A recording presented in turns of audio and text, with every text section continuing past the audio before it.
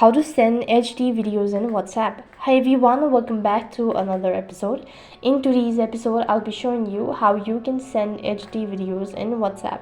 In order to send HD videos in WhatsApp, you'll need to first of all update the application. After that, open up your application and this is how it's gonna look like.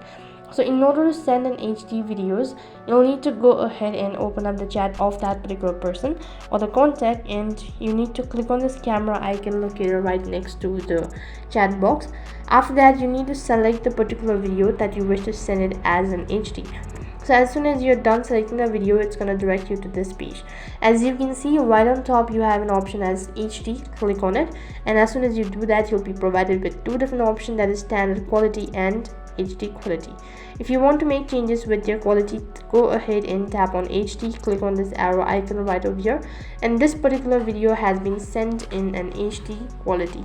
So that is how you can send HD photos and videos in WhatsApp. That is all for this video. I hope the video was helpful. Make sure to like, share and subscribe to our channel. Thank you for watching. See you in the next video.